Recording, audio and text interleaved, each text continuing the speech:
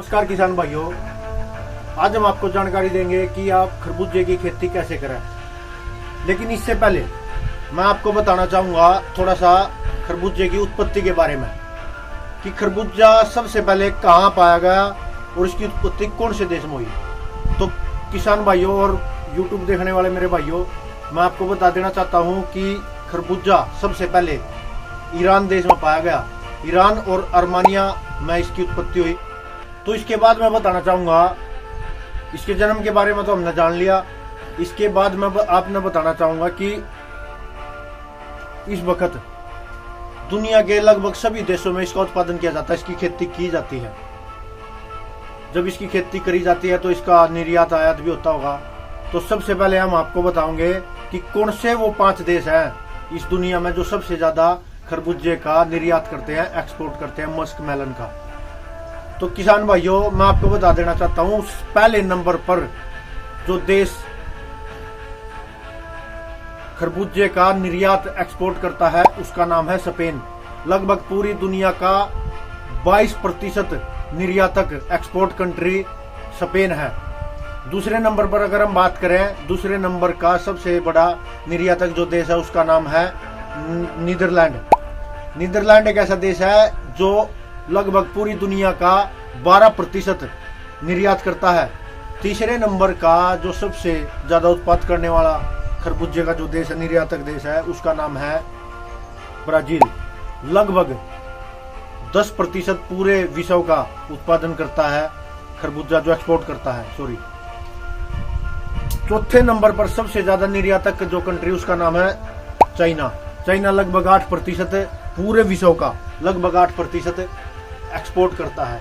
5वें नंबर पर सबसे ज्यादा एक्सपोर्ट करने वाला जो देश है उसका नाम है US, United state of America, जो लगभग 4.5% पूरे विश्व का 4.5% एक्सपोर्ट करता है खरबूजे का। ये तो 5 देश टॉप हो गए। लेकिन मैं एक और जानकारी आपको दूंगा कि भारत भी इसका उत्पादन करता है, इसकी खेती की जाती है भारत के अंदर भी। तो भारत के वो कौन से 5 राज्य हैं जिनमें सबसे ज्यादा खरबूजे का उत्पादन किया जाता है, उसके बारे में मैं आपको बताऊंगा। पहले नंबर पर जो सबसे बड़ा उत्पादक राज्य है उसका नाम है उत्तर प्रदेश, यूपी। लगभग पूरे हिंदुस्तान का 45% अकेला उत्पादन करता है उत्तर प्रदेश खरबूजे का। तो किसान भाइयों, मैं आपको बताना चाहूंगा दूसरे नंबर पर सबसे ज्यादा कौन सा राज्य उत्पादन करता है खरबूजे का। सबसे ज्यादा जो उत्पाद दूसरे नंबर का जो राज्य है उसका नाम है आंध्र प्रदेश। लगभग 23.5% उत्पादन करता है हिंदुस्तान का आंध्र प्रदेश, दूसरे नंबर पर है। तीसरे नंबर पर सबसे ज्यादा मस्क मेलन को जो प्रोड्यूस करता है उस राज्य का नाम है मध्य प्रदेश, एमपी। एमपी में लगभग 12% पूरे हिंदुस्तान का प्रोड्यूस फसल को उगाया जाता है खरबूजे की। चौथे नंबर पर सबसे ज्यादा हिंदुस्तान के अंदर अगर हम बात करें चौथे नंबर की, तो सबसे ज्यादा जो उत्पादन करता राज्य है उसका नाम है पंजाब। लगभग 8% पूरे हिंदुस्तान का प्रोड्यूस करता है खरबूजे को पंजाब। बहुत बड़ी भूमिका है पंजाब की भी।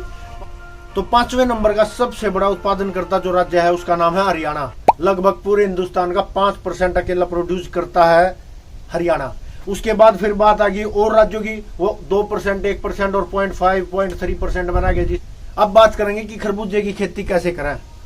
उससे पहले मैं एक और आपको जानकारी छोटी सी देना चाहता हूं कि खरबूजे के अंदर कौन से पोषक तत्व पाए जाते हैं जो हमारी सेहत को ठीक रखें। सभी किसान भाई ध्यान से सुनना, आपकी जानकारी शायद कुछ लोगों को इसकी नॉलेज होगी, कुछ को ना होगी। जिसको नहीं है वो भी सुने और जिसको है वो भी सुने। खरबूजे के अंदर लगभग 95% पानी पाया जाता है। खरबूजे के अंदर लगभग 95% पानी पाया जाता है। ये सबसे मेन इसके अंदर जो पोषक तत्व पाए जाते हैं उसका नाम है विटामिन ए और विटामिन B6। विटामिन ए और विटामिन B6 इसके अंदर सबसे ज्यादा पाए जाते हैं किसान भाइयों। फोलिक एसिड और फाइबर पाया जाता है। ये हमारी सेहत को ठीक रखने का काम करते हैं। हमारे शरीर में, हमारे ब्लड सेल में, हमारे शरीर के अंदर ब्लड सेल में जो खराब सेल हमारे होते हैं उसको खत्म करने का काम खरबूजा करता है। इसके साथ साथ हमारे खून में थक्के भी नहीं जमने देता। इसका जो मेन काम है वो हमारे शरीर में खून के थक्के नहीं जमने देता। गर्मियों में इसका उत्पादन सबसे ज्यादा होता है। तो मैं आपको बताना चाहूंगा कि ये हमारी पानी की कमी को भी पूरा करता है गर्मियों के अंदर, और इसके साथ साथ हमारी पाचन क्रिया को भी तंदुरुस्त रखता है, अपग्रेड करता है, जिससे हमें अच्छी भूख लगती है और हमारा खाना जल्दी पचता है। तो इसके साथ साथ किसान भाइयों मैं आपसे कहना चाहूंगा एक बात, आज के बाद जब आप खरबूजे की फसल की खेती करें, केवल ये सोच कर ना करें कि आपने अपनी आमदनी बढ़ानी है, बल्कि ये सोच कर करें कि आप भागीदार हैं इस देश की जनता की सेहत के लिए को ठीक करने के लिए, कि आप भागीदार हैं इस देश की जनता की सेहत को ठीक करने के लिए। जो आप उत्पादन करते हो खरबूजे का या किसी और फसल का, जिस फसल का भी आप उत्पादन करते हो, उससे इस देश की जनता की सेहत ठीक होती है। तो किसान भाइयों आपको गर्व महसूस होना चाहिए, जो फसल आप तैयार करते हैं वो किसानों को, वो इस देश की जनता को बीमार होने से बचाता है। तो आज के बाद जब आप अपनी फसल को तैयार करें तो आपके मन में विश्वास होना चाहिए कि हम भी कहीं ना कहीं भागीदार हैं उन डॉक्टरों के साथ जो जनता की सेहत का ध्यान रखते हैं। तो किसान भाइयों आपको ये जानकारी कैसी लगी इसके बारे में जरूर बताना कमेंट करके। और अब हम बात करेंगे कि खरबूजे की खेती कैसे करें। इसको हमने 4 भागों में बांटा है। पहले नंबर पर है सीड सिलेक्शन, कि सीड सिलेक्शन कैसे हो। दूसरे नंबर पर है खेत की तैयारी, खेत को हम कैसे तैयार करें।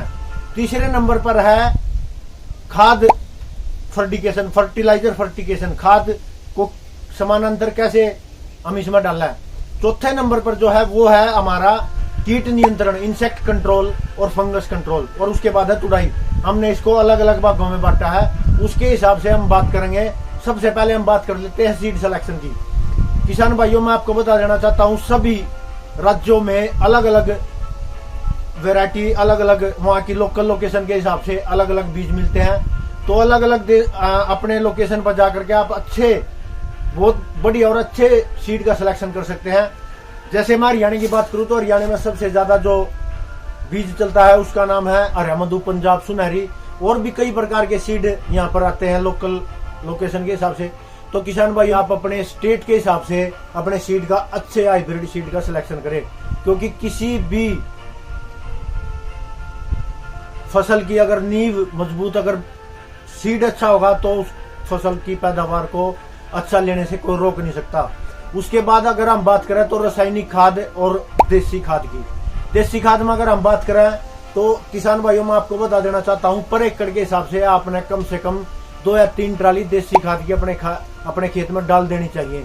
अगर देसी खाद ना मिला है तो आपको वर्मी कंपोस्ट, केचुए वाले खाद के कम से कम 4 या 5 कट्टे 1 साल अपने खेत में जरूर डाल लो। चाहे आपकी बेल की फसल हो, चाहे आपकी कोई भी फसल हो, 5 कट्टे कम से कम वर्मी कंपोस्ट के अपने खेत में आपने डालने चाहिए। ये तो बात होगी हमारे देसी खाद की।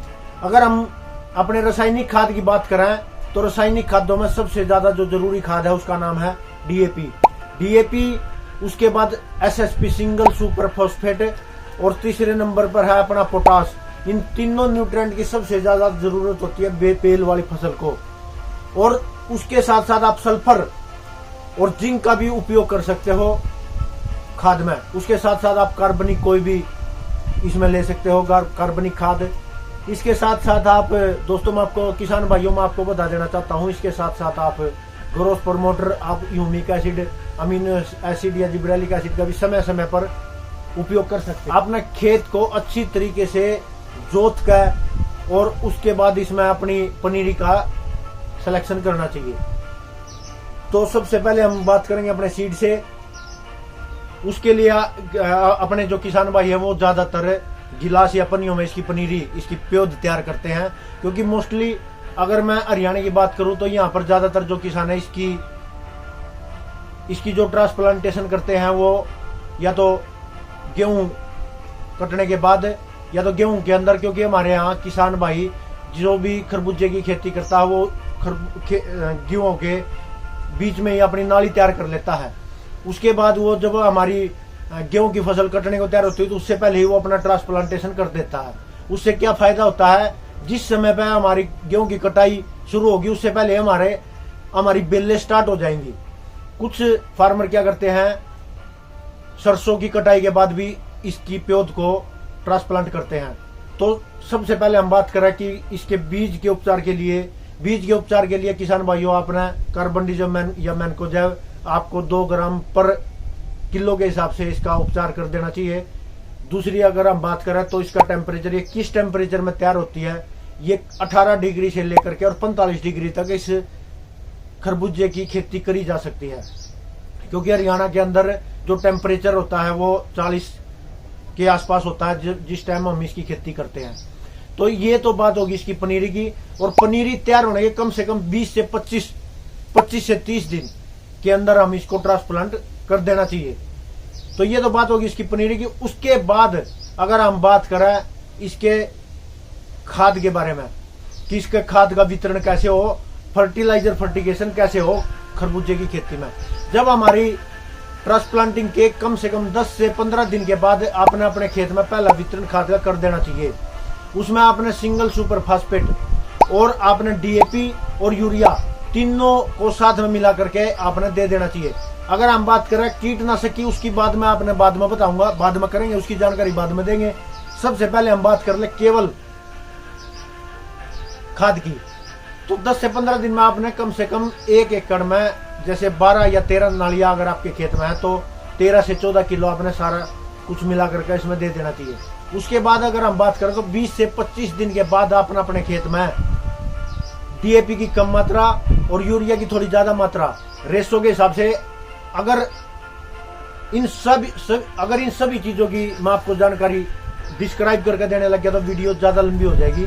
तो किसान भाइयों मैं आपको बताना चाहता हूं, अगर आपने कोई भी इसमें जानकारी अगर ना समझ में आवे, आपने किसी प्रकार की कोई रेशो ना समझ में आवे, तो आप नीचे कमेंट कर सको हो। मेरे व्हाट्सएप नंबर भी, आप व्हाट्सएप नंबर पर अपने व्हाट्सएप कर सको हो। आपके खेत में अगर कोई बीमारी है, बीमारी का भी आप फोटो खींच कर मेरे व्हाट्सएप नंबर पर व्हाट्सएप कर सकते हो। इसके साथ साथ मेरा पेज है फेसबुक पे सोनू शिवा के नाम से, उस पर भी जाकर आप मैसेज कर सकते हो। इंस्टाग्राम पर भी जाकर आप मैसेज कर सकते हो। कहीं भी जाओ आप कमेंट करो, आप मैसेज करो, आप पूछो आपके खेत में क्या समस्या है, हम समाधान के लिए हम खड़े हैं। हम आपकी सहायता करेंगे, जितनी हमारे से हो सकेगी हम आपकी सहायता करेंगे। अगर आसपास की कोई लोकेशन का खेत है तो वहां पर जाकर भी हम आपकी सहायता करेंगे। तो किसान भाइयों मैं आपको बता देना चाहूंगा, उसके बाद 25 से 30 दिन के बाद फिर आप अपने खेत में खाद की इंस्टॉल फर्टिगेशन करें। उसमें आपका डीएपी और आपका सिंगल सुपर और आपका यूरिया, तीनों चीजें समान मात्रा में आप एक बार दें। उसके साथ साथ आप उस टाइम पर अपने खेत में कोई भी ग्रोथ प्रमोटर, ह्यूमिक एसिड या अमीनो एसिड या कोई और अच्छा, अगर आपको ग्रोथ प्रमोटर आपकी लोकल लोकेशन के हिसाब से अच्छी कंपनी का आप अपने खेत में दे सकते हो।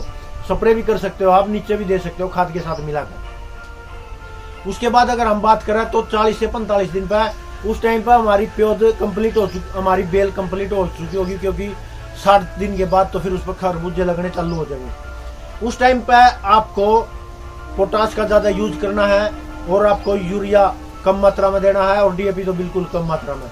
इसके साथ साथ आप अपने खेत में मैग्नीशियम और जिंक ये दोनों चीजें जरूर दो 40 से 45 दिन पर, क्योंकि ये जो पोषक तत्व इनकी सबसे ज्यादा जरूरत होती है पानी वाले फसल में, जो पानी वाली बेल होती है। तो किसान भाइयों मैं आपको बता देना चाहूंगा, उसके बाद आप एक रेशो में तो साथ में सल्फर दो। अगले 15 दिन के बाद जब आप खाद दोगे तो उसके साथ जिंक या मैग्नीज ये दे सकते हो। जब आपकी फसल हो जाए 50 से 60 दिन की, उस टाइम पर आप अपने खेत में 0050 पोटास का सबसे ज्यादा यूज करना है। उसके साथ साथ आप कैल्शियम और बोरोन युक्त खाद जरूर डालनी है आपको अपने खेत में, क्योंकि उस समय हमारे खेत में खरबूजे लगने चालू हो जाएंगे, तो वो सबसे ज्यादा जरूरी है। उसके साथ साथ आप ग्रोथ प्रमोटर जरूर देना चाहिए स्प्रे के रूप में या नीचे साथ में मिलाकर आधा लीटर, अगर लिक्विड में है, ग्रेनुअल में है तो 4 किलो या 5 किलो, क्योंकि उस समय पर आपकी बेल पूरी हो चुकी होंगी। उसके साथ साथ आप यूरिया भी दे सकते हो, आप डीएपी भी दे सकते हो, आप जिंक भी दे सकते हो, आप सल्फर का सबसे ज्यादा प्रयोग करो। तो ये तो बात होगी हमारे रासायनिक खादों की। उसके साथ साथ आप कोई भी ग्रोथ प्रमोटर का बार बार उसमें स्प्रे करते रहो। इसमें आप जिस टाइम पे आपका फूल आने लग जाए, फूल अगर ज्यादा झड़ा है तो मैं आपको बता देना चाहता हूँ, सबसे बढ़िया जो इसमें हिंदुस्तान के अंदर जो दवाइयाँ हैं उसमें है सबसे पहले नंबर की फेंटेक प्लस, और उससे अलावा भी और भी कई कंपनियों की बहुत अच्छे ग्रोथ प्रमोटर आ रहे हैं। आप अपने लोकल लोकेशन के हिसाब से आप खरीद सकते हो, अच्छी दवाई का सिलेक्शन आप कर सकते हो। तो अब हम बात करेंगे आपके कीट नियंत्रण की, आपके इंसेक्ट कंट्रोल की। तो सबसे ज्यादा आप इसमें यूज कर सकते हो कार्टेब हाइड्रोक्लोराइड 4% का यूज कर सकते हो आप समय समय पर। आप इसमें रिजेंट का उपयोग कर सकते हो। आप इसमें फर्टेरा, जो ड्यूपोंट कंपनी की फर्टेरा आती है, आप उसका यूज कर सकते हो। तो किसान भाइयों समय समय पर अलग अलग आप कार्बोफ्यूरान, अगर आपके नीचे कोई एक गलगटी बोलते हैं अपने यूपी वाले भाई, अगर वो आपकी आ रही है तो आप उस अपने खेत में कार्बोफ्यूरान का भी आप यूज कर सकते हो। उसकी रेशो कितनी मात्रा में वो डालने हैं, क्या उसका समय होना चाहिए, ये सारी चीजें अगर मैं इस पर बताने लग गया तो ये वीडियो ज्यादा लंबी हो जाएगी किसान भाइयों। अगर आपने ये सारी चीजें जाननी है तो आप नीचे कमेंट करो। मेरा मोबाइल नंबर है, मेरा व्हाट्सएप नंबर है, आप उस पर फोन कर सकते हो, आप अपनी फोटो व्हाट्सएप कर सकते हो। मैं आपको बताऊंगा कि किस समय पर आपने कौन सा खाद और कौन सी दवाइयाँ डालनी है। ये काम आप जरूर करना, हम आपके लिए ही बैठे हैं। तो किसान भाइयों, उसके बाद जैसे मैं कीटनाशकों की मैंने आपसे बताई, तो उसके बाद क्या इसमें कीट आते हैं उनके बारे में मैं आपने बताऊंगा। सबसे ज्यादा जो इसमें कीटों का अटैक होता है उसमें है लाल कीट, रस चूसने वाली मक्खी, फल को चूसने वाली मक्खी, और पत्ते को काटने वाली सुंडी, और फ्रूट बोरर, फ्रूट की सुंडी, जैसिड और एफिड। और भी कई प्रकार के इसमें कीट आते हैं, वो भी समय के अनुसार। इसमें रेड माइट आती है, कई प्रकार के इसमें कीट आते हैं। तो आप जिस समय पे जो आपने कीट दिखा है उसके हिसाब से ही आप उसमें स्प्रे करें। अगर कोई बीमारी नहीं तो अपने खेत में बिल्कुल भी स्प्रे ना करें। तो किसान भाइयों, जैसे मैं आपने बताऊंगा कि लाल कीट सबसे ज्यादा जो शुरुआत में इसमें अटैक होता है वो होता है लाल कीट का। उसके लिए आप साइपरमेथ्रिन या प्रोफेनाफोस 10 ml 15 लीटर पानी में आप इसका डाल के इसका स्प्रे कर सकते हो। आपका लाल कीट तुरंत मर जाएगा। और इसका आप प्रयोग 7 से 8 दिन के बाद दोबारा कर सकते हो अगर दोबारा अटैक आ गया तो। उसके साथ साथ इसमें जो इससे भी सबसे ज्यादा जो अटैक आता है वो होता है थ्रिप्स का। थ्रिप्स के लिए आप इसमें थाइमोथोक्साम या इमिडाक्लोपिड, कोई भी अगर आपने अच्छी कंपनी का इंसेक्टिसाइड मिल जाए, किसी भी कंपनी का आप ले सकते हो, उसमें उसको मिला करके आप इसका स्प्रे कर सकते हो। पर टंकी के हिसाब से 2 ग्राम पर लीटर के हिसाब से आप इसका स्प्रे कर सकते हो। इसके अलावा अगर हम बात करें तो इसमें जो रेड माइट आती है वो पत्ते के नीचे की तरफ इसमें रेड माइट आती है। उसके लिए आप धानुका कंपनी की ओमाइट या और भी कई कंपनियों की अच्छी दवाई मार्केट में उपलब्ध है, आप वो ले सकते हो अगर आपके खेत में रेड माइट का अटैक है। उसके बाद इसमें जो सबसे ज्यादा अटैक आता है नीचे तने की सुंडी, उसमें हमारे किसान भाई उसको गलकटी बोलते हैं, तने की सुंडी होती है वो। उसके लिए आप नीचे उसमें कार्बोफ्यूरान या फर्टेरा या कार्टेब या और भी कोई सिस्टमिक इंसेक्टिसाइड डाल सकते हो। अगर आपको स्प्रे करना है तो स्प्रे में भी कई कंपनियों की अच्छी अच्छी दवाई मार्केट में उपलब्ध है, लेकिन जो सबसे ज्यादा चलन में है आज के दिन वो कोराजन है, ड्यूपोंट कंपनी की, सॉरी एफएमसी, अब तो ड्यूपोंट से एफएमसी होगी, एफएमसी कंपनी की, आप वो ले सकते हो। इससे भी अलावा और भी कई कंपनियों की अच्छी दवाई मार्केट में उपलब्ध है। आप लोकल लोकेशन के हिसाब से उनको खरीद सकते हो और उनका उपयोग कर सकते हो। इसके अलावा अगर हम बात करें तो व्हाइट फ्लाई के लिए भी आप लोकल लोकेशन के हिसाब से अलग अलग इंसेक्टिसाइड ले सकते हैं। इसमें सीटा सबसे ज्यादा काम करती है। और एक और इस फसल की जो सबसे मेन बीमारी है वो होती है पत्ते की सुरंगी वाली सुंडी, जो पत्ते के अंदर सफेद सफेद सी धारियां कर देती है, वो सुरंगी सुंडी होती है। उसके लिए आप इमामेक्टिन बेंजोएट किसी भी अच्छी कंपनी का ले सकते हो और उस पर स्प्रे करोगे तो आपकी समस्या का समाधान तुरंत हो जाएगा।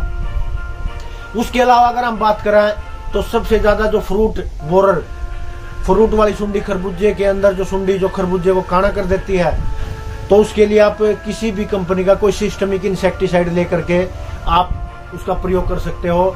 इस पर हम रिकमेंड नहीं करेंगे कुछ भी, क्योंकि समय समय पर इनकी सब समय के अनुसार इनकी दवाइयों का सिस्टम चेंज होता रहता है। तो आप अपने लोकल लोकेशन के हिसाब से या हमें फोन करके पूछ सकते हो, तो हम आपको बता देंगे कि उसके लिए सबसे बढ़िया कौन सी दवाई है। तो ये तो बात होगी हमारे कीट के प्रबंधन की और कीट का अटैक। इसके बारे में आपने ये जानकारी कैसी लगी, इसके बाद हम बात करेंगे दोस्तों फंगस अटैक की और उसके कंट्रोल की। उससे पहले मैं आपको कहना चाहूँगा कि आप अगर आपने ये वीडियो अच्छी लग रही है तो आप इसको आगे देखते रहो। अगर अच्छी लग रही है तो आप इसको लाइक भी कर सकते हो, आप सब्सक्राइब भी कर सकते हो, क्योंकि अगली जो वीडियो हमारी आओगी हम एक सीरीज चलाएंगे सभी फसलों के बारे में, बार बार आपको अलग अलग तरीके से बताएंगे, जिससे आपकी जानकारी अच्छी हो सके, आपको जानकारी मिल सके, आपको नॉलेज हो भाइयों। इसके बाद अगर हम बात करें तो हमारे फंगस अटैक और उसके कंट्रोल के लिए हम क्या कर सकते हैं। इसमें जो सबसे ज़्यादा देखने को मिलती है वो downy mildew, early blight, late blight और पाउडरी मिल्डू। ये इसकी सबसे ज़्यादा खतरनाक बीमारियां समय के अनुसार आती हैं। ये अगर टेम्परेचर ज़्यादा होगा तो कोई अलग बीमारी आएगी, अगर टेम्परेचर कम होगा तो अलग बीमारी आएगी। उसके हिसाब से आप अगर जोन सी भी आपको बीमारी दिखा केवल उसका स्प्रे करना है। अगर आपके खेत में है तो डाउनी मिल्डो, आपने स्प्रे कर दिया पाउडरी मिल्डू का या आपने स्प्रे कर दिया लेट ब्लाइट का, तो वो दवाई आपका काम नहीं करेगी। ज़्यादातर किसान भाई, खरबूजे के किसान भाई, मैंने कई बार फील्ड में जाकर के देखा है, उन किसानों के खेत में वो बीमारी ठीक नहीं हो रही दवाई लगने के बाद भी। उसका जो सबसे बड़ा कारण यही है कि आपके खेत में बीमारी कोई सी है और आप दवाई का स्प्रे किसी और का कर रहे हो। ये बिल्कुल गलत है। इससे आपकी एक तो सबसे बड़ी दिक्कत क्या होगी, इससे एक तो आपका पैसा बर्बाद हो गया, दूसरा आपकी फसल खराब होगी, ना आपको आमदनी हुई ना आपका फायदा होया। तो किसान भाइयों सबसे जरूरी है जो आपके खेत में बीमारी हो केवल उसका ही स्प्रे करें, देख कर चेक करके। बीमारी आपके खेत में और कोई सी है, आप स्प्रे किसी और का कर रहे हो, ये नहीं चलेगा, ये बिल्कुल गलत है। इसको बिल्कुल बंद कर दो किसान भाइयों। आप सलाह लेकर काम करें। मैं आपको बता देना चाहता हूँ सलाहकार सबसे जरूरी है, अच्छा सलाहकार होना चाहिए सभी किसानों के पास भी, क्योंकि कितनी भी बड़ी कंपनी हो या कितना ही बड़ा बिजनेस हो या कितना ही बड़ा सिस्टम हो, सभी के पास अपने अपने सलाहकार होते हैं, क्योंकि वो एक ही आदमी सारे काम नहीं कर सकता। तो किसान भाइयों मैं आपको बता देना चाहता हूँ आप भी सलाह लेकर काम करें। आपको सलाह अच्छी लगा तो उसको इम्प्लीमेंट करें, अगर आपको नहीं लगा कोई तो जरूरी नहीं कि आप उसको इम्प्लीमेंट ही करें, लेकिन सलाह जरूर लें, उससे आपकी नॉलेज बढ़ेगी और आपका खेत बिल्कुल ठीक होगा, जल्दी ठीक होगा। ये बातें बिल्कुल ध्यान रखने योग्य किसान भाइयों। उसके बाद मैं आपने बता देना चाहता हूँ सबसे बड़ी जो इसकी समस्या है वो पाउडरी मिल्ड्यू है। वो पाउडरी मिल्ड्यू है हमारे यहाँ पे हरियाणा में और यूपी के हरियाणा के साइड वाले हिस्से में इसको मुड़का बोलते हैं। मुड़के की समस्या सबसे ज्यादा आती है, उसके लिए आप मेटालेक्सल प्लस मैनकोजेब, इससे अलावा आप और भी अच्छी दवाइयाँ मार्केट में उपलब्ध हैं फंगिसाइड के रूप में। आप थाइपोनेट मिथाइल का यूज कर सकते हो, आप और अलग अच्छे फंगिसाइड का आप यूज कर सकते हो। एक बासप कंपनी की दवाई आती है, आप उसका यूज कर सकते हो। इसके अलावा हम बात कर रहे हैं अर्ली ब्लाइट और लेट ब्लाइट, उसमें आप टेबुकोनाजोल प्लस एजोक्सिस्ट्रोबिन या पिकोक्सिस्ट्रोबिन, या इसके अलावा अगर हम बात करें तो थाइपोनेट मिथाइल आप इसका स्प्रे कर सकते हो। तो इसके अलावा अगर हम बात करें तो लीफ ब्लाइट की, लीफ ब्लाइट पर आप मेटालेक्सल प्लस कैप्टान का भी आप यूज कर सकते हो।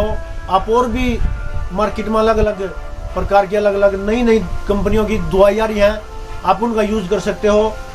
ये सारे के सारे फंगस अटैक थे और उनके कंट्रोल थे। तो किसान भाइयों ये जानकारी जो मेरे पास थी मैंने आपको दी। आपको ये जानकारी कैसी लगी आप हमें जरूर बताना।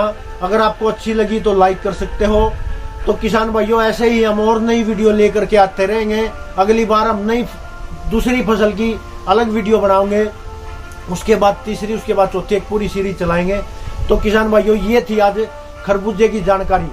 और एक और बात आखिर में फिर कहना चाहूंगा किसान भाइयों, आज के बाद जब भी आप इस फसल का उत्पादन करें तो ये सोच कर ना करना कि आपकी आय बढ़ेगी, बल्कि ये सोच कर आपको इसकी फसल का उत्पादन करना है कि आप इस देश की सेहत में भी भागीदार हो, क्योंकि आप जो फसल तैयार करते हो उससे इस देश की जनता की सेहत भी ठीक होती है। तो कहीं ना कहीं आप उसके भी भागीदार हो।